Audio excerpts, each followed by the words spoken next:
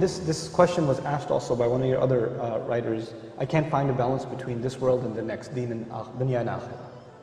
I said there is no struggle.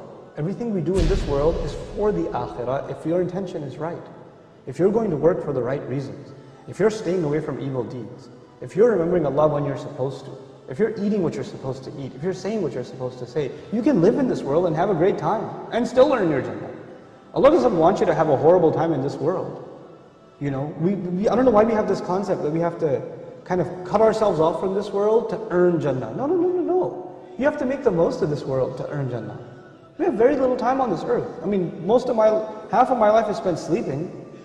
And the few hours that I'm awake, take away the time I have to relieve myself, get dressed for work, stay in commute to the job, put in the 8 hours at work, and come back. What do I have, 2-3 hours of free time, technically free time, that I actually have some control over?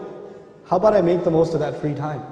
You know, that could change my life. Those few hours that you have free after work, or that commute to work instead of listening to useless news, you know, about the weather and the Dow Jones Industrial Average. How about you listen to something productive in that time? Listen to some Quran, listen to something that will increase your knowledge. Listen to, you know, a good discussion that will help you understand things better. Memorize du'as at that time. Do something more productive. And in your free time, do good things. Make a routine out of going to the masjid regularly. You know, every Isha, you catch every Isha. Before you start your work day, you catch every Fajr in the masjid. Add some small good routines in your life, and how much good will come out of your life is amazing. Another of your listeners asked, how can I improve my character? Step 1, do no harm. Stop doing bad things. Don't talk about adding good deeds until you get rid of bad deeds. You know, you can't talk about giving a patient medicine until you stop the bleeding first. It doesn't make any sense, you know. So you got to stop the entertainment addiction. You got to stop the watching the filth. You got to start lowering your eyes when you're walking down the street, because you're becoming less of a human. Every time you stare at a woman and you stare at her like she's a piece of meat, like she's an animal, that just means you've lost respect for a fellow human being. That's all that means. To you, that's nothing but you're looking at her like an ape looks at a female ape. You know, like a dog looks at a female dog. That's all you've turned into, an animal. Regain your humanity first, and then embellish, beautify your life with good deeds.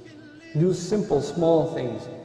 Perfect your prayer, memorize a few supplications, try to, you know, be honest in your workplace, be kind to your mother. These are not complicated things. This is what the Creator wants from us. That's all He wants. But if someone says, why? Why does He want this from me? What is it? Is this benefiting Him?